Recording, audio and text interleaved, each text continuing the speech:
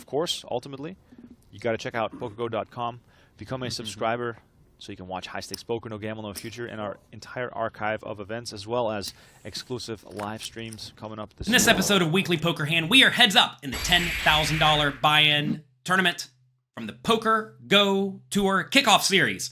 Heads up are two of the best players in the world. We have Daniel Negreanu and Kristen Foxen.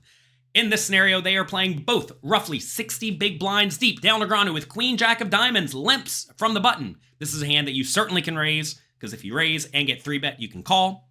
But he opts to limp. Kristen with the King 2 offsuit decides to see a flop for free. Let's see what it brings. If we get to 5,000 likes on the video, yes, I'll give 20. You're going to do 20 subs in the chat? Yes. Love it. 20 YouTube membership subs, or whatever they're called. YouTube community memberships? I forget the exact term. So, but we need 5,000 likes on the YouTube video. So if you haven't already, you guys know what to do. Hit that thumbs up. Let's go. Negreanu, Queen Jack, takes the lead versus Foxen's King High on this Ace-10 Jack flop. The flop comes Ace of Diamonds, Jack of Clubs, 10 of Clubs. Kristen has a gut shot straight draw. Daniel has a pair and a gut shot straight draw. That's way better.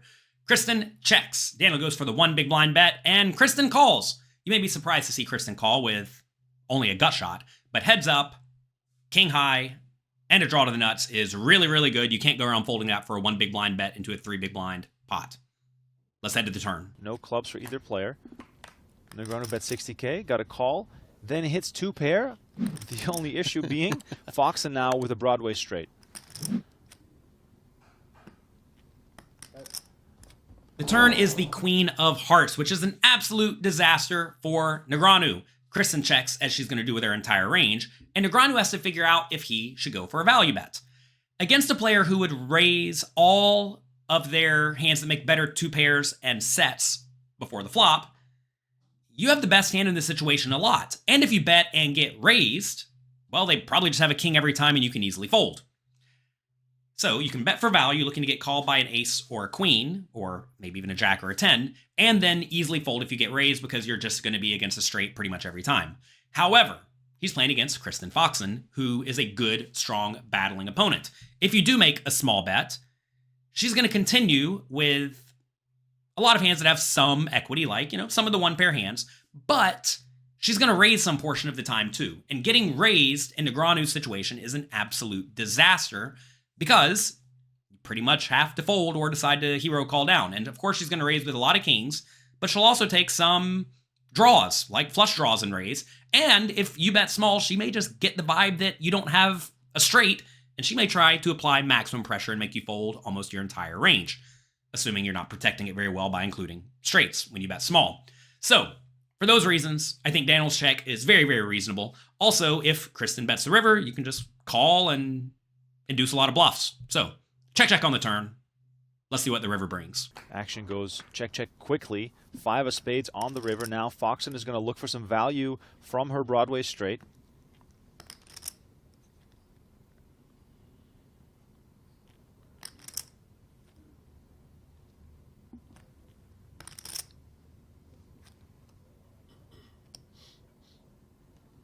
How big does she want to go here?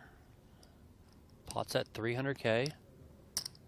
Very tough to find the bluffs here. Let's see. The river is the 5 of spades. Kristen goes for 250 into 300, which I think is an excellent bet, because if Negreanu does have 2-pair or set, he's going to call pretty much every time. And if he does have an ace, he may decide to find the hero call too. Let's see how Negreanu proceeds. Can we find any? What the hell? A couple clubs? Yeah, there's that. What else? 10.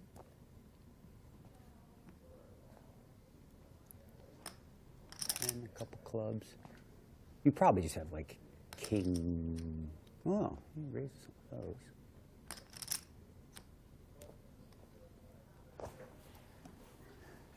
Here. Just tough to find them. Just doesn't make a lot of sense. It is. But I had a very nice hand. Fold. I had the king. I had 2-pair. I folded 2-pair. Beautiful hand. Somehow, some way, Negreanu finds a way to fold 2-pair. I honestly can't believe it, because in this scenario, I think Kristen's going to have a whole lot of hands like low flush draws. They're going to feel very inclined to bluff, as well as some hands like a 10 or maybe even a jack that don't think they have a ton of showdown value that may feel inclined to bluff. And she is the type of player who will take hands like junky pair and bluff with them. That said, Negreanu folds, and somehow it's a good one. Kristen Foxen is one of the most popular female poker players in the world today. What I want to know is, who is your favorite female poker player? Take a second, think about it, and let me know down there in the comment section below. Funny how poker videos work, but my favorite female poker player is Kristen Foxen, because she gets in there and battles with the absolute best players in the world, both live and online, at the highest stakes, and she crushes it. She's also pleasant at the table. She's nice to play with, fun to talk to, and that's exactly what, in my opinion, makes a great poker player. They can engage with people, have fun, and still crush you and take all your money.